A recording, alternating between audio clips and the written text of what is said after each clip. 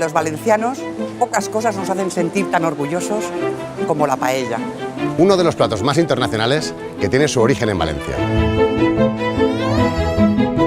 Por eso defendemos con pasión nuestra manera de elaborarla. La que nos enseñaron nuestros mayores. La auténtica. Y la cocinamos con profesionalidad, cariño y respeto por la tradición. Pero por un día el arroz con cosas también és paella. Per un dia mirem el pèsol com si fora socarrat. Guisantes, mejillones, aguacate, piña, todo. Pero per un dia, ¿eh? Por un día no nos importa que le llaméis paellera a la sartén. Aunque todos sabemos que la paellera es la persona que hace la paella. Por un día aceptamos el limón para algo más que para el gin tonic.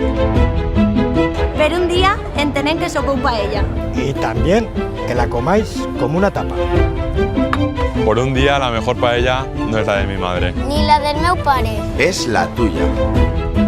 Porque el 20 de septiembre no es un día cualquiera. Es el World Paella Day. Y ese día apartamos nuestras diferencias en lugar de apartar el chorizo. El Día Internacional de la Paella celebramos, más allá de recetas e ingredientes, su internacionalidad.